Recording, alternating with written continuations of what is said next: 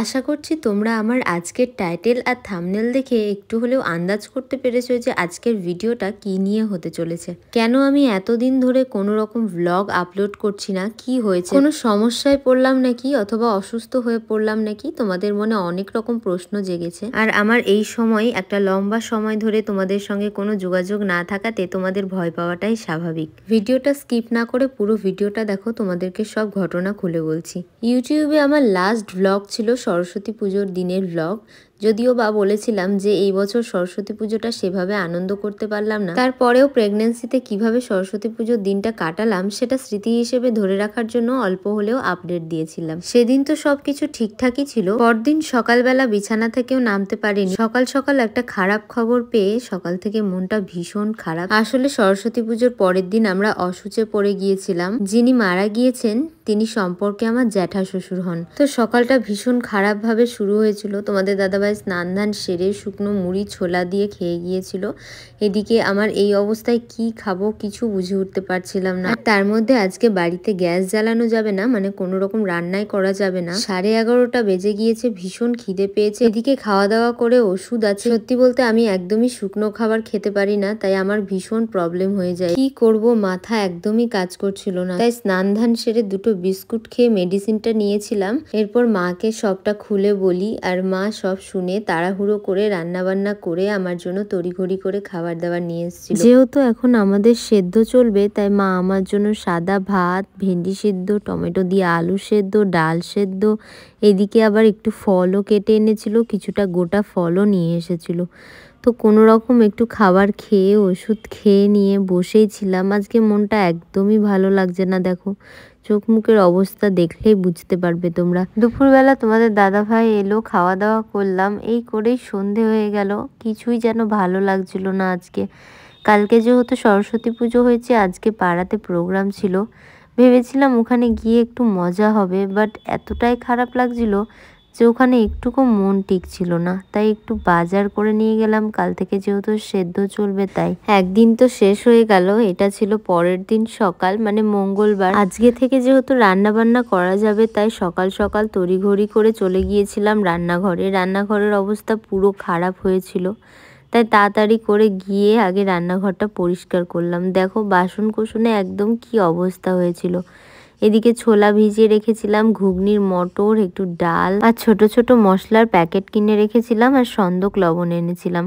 দেখো ঘুগনির মটরটা ভিজিয়ে রেখেছিলাম, ওটা সেদ্ধ করতে দিলাম, সঙ্গে একটা আলু কেটে দিলাম। এদিকে টমেটো, আদা আর লঙ্কা নিয়েছি, এটা মিক্সিতে পেস্ট করব। আর শুকনো কড়ায় জিরের গুঁড়ো, ধনের গুঁড়ো, একটু লাল লঙ্কার গুঁড়ো দিয়েছি, আর ওই পেস্ট করা মশলাটা দিয়ে স্বাদ মতো সন্দক লবণ দিয়ে দেখো নাড়িয়ে নিয়েছি। একটু চিনি, একটু গোলমরিচের গুঁড়ো দিলাম, আর সেদ্ধ করা মটরটাও দিয়ে দিয়েছি। ব্যাস একটু কষিয়ে নিয়ে গরম জল দিয়ে দিলাম। এখানে কিন্তু তেল অথবা হলুদ আমি কিছুই ইউজ করিনি।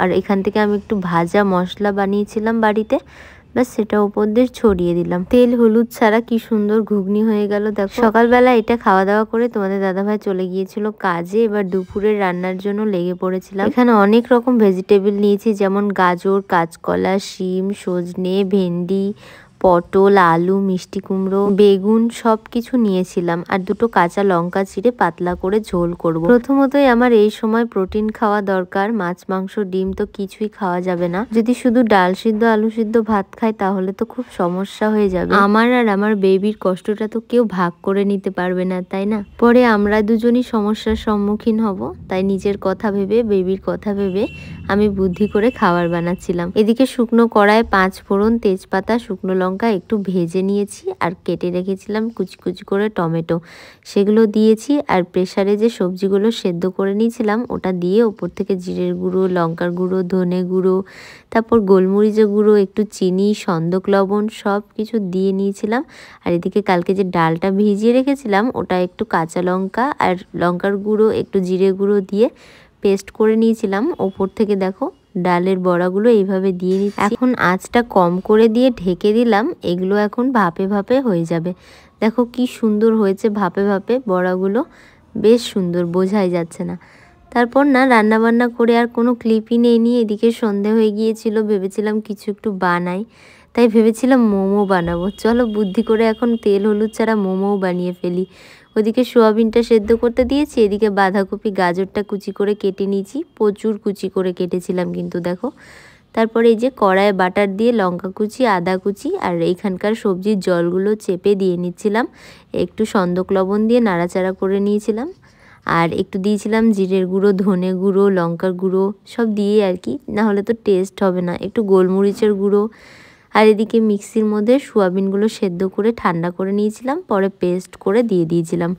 হয়ে গেলে ওপর থেকে একটু ধনেপাতা ছড়িয়ে দিয়েছিলাম। এইভাবে পুরটা বানিয়ে নিয়েছিলাম বাটার দিয়ে। দেখো বুদ্ধি থাকলে সত্যি কত কিছু করা যায়, তাই না? তেল হলুদ ছাড়া কি সুন্দর পুরটা বানিয়ে ফেলেছি, অথচ বোঝাই যাচ্ছে না। এদিকে আটা ময়দা দিয়ে একটা ডো তৈরি করে নিচ্ছি, আর দেখো ছোট ছোট লেচি কেটে বেলে নিয়েছি আমি। এদিকে জল নিয়েছি, পুরটা নিয়েছি। আর যেহেতু প্রথমবার কোনোদিন বানাইনি, তাই কিভাবে বানাবো, আদৌ হবে কিনা, শেপটা দিতে পারবো কিনা, সব নিয়ে ভীষণ টেনশনে ছিলাম। তাই আর ক্যামেরাও সেট করে নি, আর এনার্জিও লাগছিল না, তাই এক হাত দিয়ে যতটুকু পেরেছিলাম দেখিয়েছিলাম। দেখো ছোট করে লেচি কেটে বেলে নিয়েছি, পুরটা দিয়ে চারিদিক থেকে জল লাগিয়ে মুড়িয়ে মুড়িয়ে বেশ ভালোই বানিয়েছিলাম। কিন্তু এইদিকে তো আবার মোমো দিয়ে খাওয়ার জন্য সসও লাগবে, আর সসের মধ্যে কি দেওয়া থাকে না থাকে, তাই নিজেই সস বানিয়ে নিয়েছিলাম। দেখো টমেটো আর শুকনো লঙ্কা সেদ্ধ করেছিলাম, একটু ঠান্ডা হয়ে গেলে মিক্সিতে পেস্ট করেছিলাম। কড়াইয়ে বাটার দিয়ে পেস্টটা দিয়ে একটু সন্দক লবণ আর একটু লঙ্কার গুঁড়ো দিয়ে নেড়ে চেড়ে নিয়েছিলাম। ব্যাস রেডি হয়ে গিয়েছিল আমাদের টমেটো সস। এদিকে মোমোগুলোকে ভাপাতে দিয়েছিলাম, মানে সেদ্ধ হতে আর কি। এইটা নিয়ে আমাকে ভীষণ সমস্যার সম্মুখীন হতে হয়েছে, বাট ফাইনালি আমার মোমো কিন্তু রেডি। দেখো মনে হচ্ছে যে তেল হলুদ ছাড়া এত সুন্দর খাবার হতে পারে। আমি এতটা এক্সাইটেড ছিলাম আর এতটা খিদে পেয়েছিল, তোমাদের দাদাভাইয়ের জন্য অপেক্ষা না করে আগেই দেখো মোমোটা খাওয়া স্টার্ট করে দিয়েছি। সত্যি বলছি এত সুন্দর খেতে হয়েছিল যে দেখো আমার রিয়াকশনটা দেখলেই তোমরা বুঝতে পারবে। খাওয়ার সঙ্গে সঙ্গে ভীষণ এক্সাইটেড হয়ে গিয়েছিলাম যে ও আসলে ওকেও দিব আর ও কতটা খুশি হয়ে যাবে। আর সে আসার সঙ্গে সঙ্গে রান্নাঘরে গিয়েছে, বলছে কি বানিয়েছো? বেশ সুন্দর একটা গন্ধ বেরোচ্ছে। তার আগে আমি প্লেটে সাজিয়ে ঢেকে রেখে দিয়েছিলাম চুপ করে।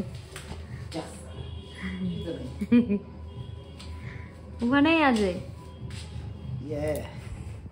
দেখাও কি আছে দেখাও, দেখাও না, দেখো তুমি দেখো, দেখো দেখো তুমি দেখো না। ওই তো ঢাকনাটা খোলো।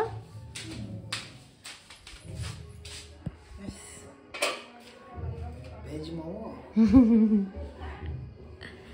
আসলে মোমো দেখে সে পুরো শকড, আর তারপর আনন্দে আত্মহারা হয়ে গিয়েছে যে সত্যি মোমো বানিয়েছে, তাও আবার তেল হলুদ ছাড়া। এই কি করে সম্ভব?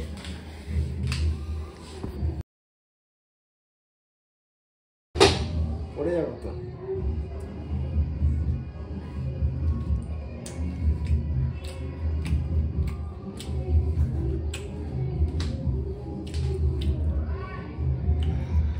সুন্দর হয়েছে, দারুণ।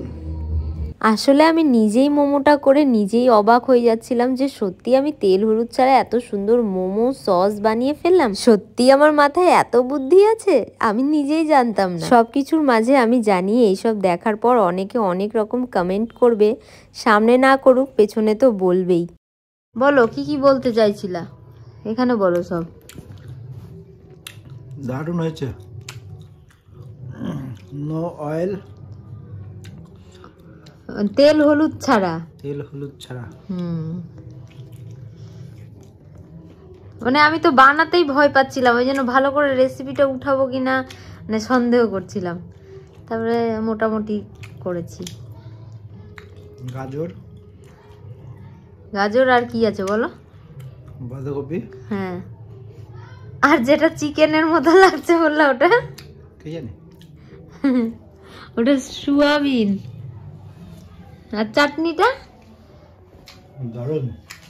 দেখো প্রথমতই কে কি ভাবলো কি বললো এসব আমরা একদমই পরোয়া করি না। আর সব থেকে ভাইটাল ব্যাপার, আমরা কোনো নিয়মের বাদ ভাঙিনি, সবকিছু নিয়মের মধ্যে রেখেই করেছিলাম। এখানে কোনো রকম তেল হলুদ ইউজ করা নেই। তারপর মোমোটা সেদ্ধ আর সবজিগুলো কিন্তু আমি বাটার দিয়ে একটু সেদ্ধ করে নিয়েছিলাম, তোমাদের সবটাই দেখিয়েছি। যদিও বা আমার ডক্টর আমাকে রেকমেন্ড করেছে যে সবকিছু খেলে, প্রেগন্যান্সিতে এরকম সেদ্ধ ভাত খাওয়ার কোনো মানেই হয় না। এইরকম দিন সারা জীবনে অনেক আসবে, তখন মেনো, তখন কেউ বাধা দেওয়া থাকবে না। এখন এই সময় একেতে প্রেশার লো হয়ে যাচ্ছে, নানান রকম সমস্যা হচ্ছে, তার মধ্যে এরকম বাজ বিচক্ষণ মানামানি করতে গিয়ে যদি বেবি অথবা তোমার কোনো প্রবলেম হয় তাহলে কিন্তু সেই রিস্কটা কেউ নেবে না। অপ্রিয় হলেও এটাই বাস্তব, কারণ আমি চোখের সামনে সব কিছু দেখতে পাচ্ছি, তাই আর কি এগুলো নিয়ে আর কিছু বলতে চাই না। তারপরেও আমি আমার আর আমার বেবির কথা ভেবেই শুধুমাত্র এই দিনগুলো মানছি, যে যদি বেবিটার কোনো প্রবলেম হয় এইসব না মানলে তাই। এছাড়া আমার মানার কোনো উদ্দেশ্যই ছিল না এই সময় আর কি। এরপরেও যদি আমার পিঠ পিছে কেউ বাজে মন্তব্য করে থাকে তাদেরকে শুধু এটাই বলার, তোমাদের জ্বলবে আমার তাতেই চলবে।